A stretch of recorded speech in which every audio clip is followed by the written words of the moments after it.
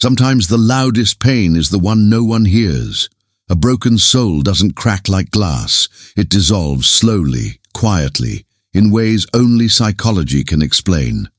People don't wake up one day shattered. It happens silently, through little emotional fractures they never talk about. You've seen it in someone who suddenly says, "I'm fine," but their eyes look tired. In someone who smiles at the right moments but laughs with a delay. In someone who used to talk endlessly but now speaks only in short sentences. Souls don't break loudly, they break inward. Psychologists say the mind protects itself by shutting down piece by piece. Philosophers say the soul retreats when reality becomes heavier than hope. Together, they explain why someone can look perfectly normal on the outside while collapsing on the inside. In this story-driven video, we're going to explore 5 hidden signs of a broken soul. Not as clinical symptoms, but as emotional realities humans quietly live with. By the end, you won't just understand them, you'll feel them. Let's begin. Chapter 1. When the inner light fades. The first sign of a quietly breaking soul is a slow dimming of inner brightness. Not depression, not sadness, just a quiet fading of emotional color. Psychologists call this emotional blunting, where the mind reduces emotional intensity to protect itself from overwhelming pain. Activities that once felt meaningful now feel muted. The world loses its vibrancy. Joy becomes something remembered, not experienced. Aristotle wrote, "The energy of the mind is the essence of life. When the mind begins to dim, the world's essence dims with it." This fading isn't dramatic. It is subtle, a gradual emotional narrowing, like the soft closing of a curtain. People often don't even realize it's happening. They simply feel less alive, as if someone gently lowered the volume of their inner world. This is the first hidden sign, a quiet decline in emotional intensity. Colors look duller, conversations feel emptier, moments that once sparked excitement now feel distant. It's not a loss of interest. It's the soul retreating from overwhelming emotional exposure. The mind numbs itself, the way the body flinches from physical pain. The fading light is not the end, but it is the beginning of an inner collapse few ever notice. Chapter 2. When silence becomes a shield. The second sign emerges when silence becomes easier than speaking. This is not peaceful silence, but protective silence, a silence chosen because expression feels exhausting.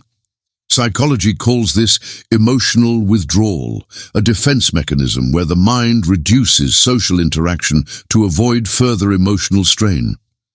Voices become softer, responses become shorter.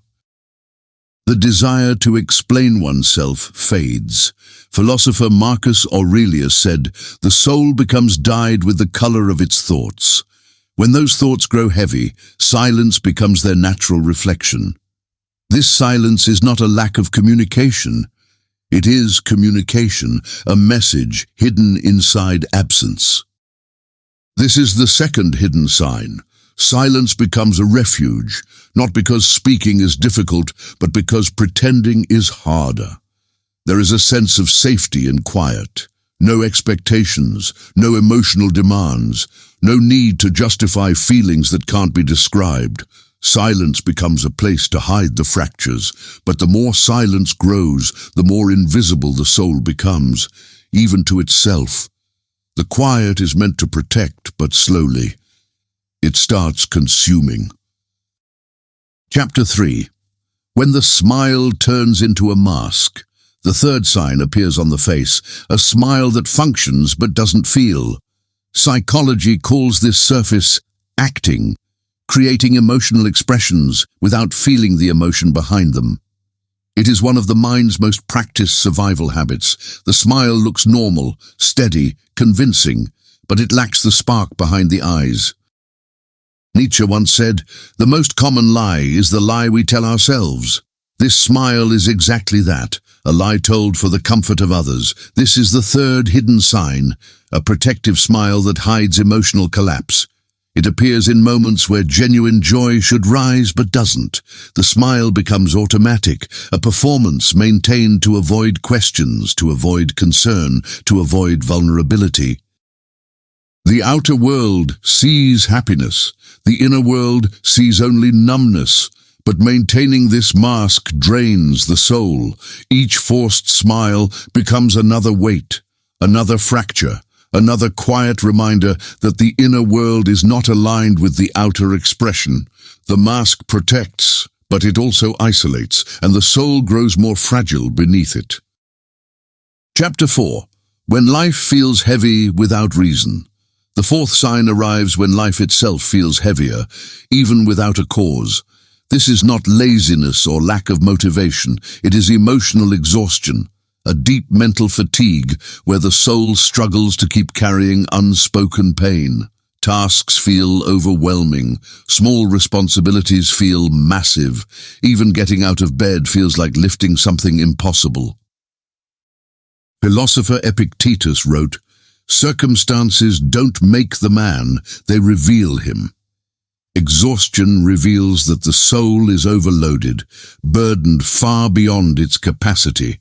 This is the fourth hidden sign, an unexplained heaviness that follows every step. The mind becomes tired even before the day begins. Thoughts feel slow, emotions feel flat, hope feels distant. This heaviness is the soul's way of saying, "I cannot carry any more." It is a weight no one else sees, yet it shapes every action, every breath, every silent moment. Without relief, the soul continues collapsing inward. Chapter 5. When help is needed but never asked for. The final sign is the quietest, a silent longing for help, without the ability to ask for it. Psychology calls this passive outreach, where the soul hopes someone will notice the struggle without requiring words. There is hesitation before answering, "I'm fine." A pause before ending conversations. A quiet hope that someone will see what the mouth cannot say.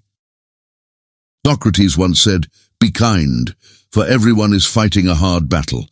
The hardest battles are the ones fought in silence." This is the fifth hidden sign, a silent plea for understanding. Not attention, not pity, just understanding. The soul wishes to be seen, but fears are becoming a burden, so it waits silently, hoping someone will notice the cracks. This silent longing is not a weakness. It is the final signal before emotional collapse. It is the soul reaching outward in the only way it can.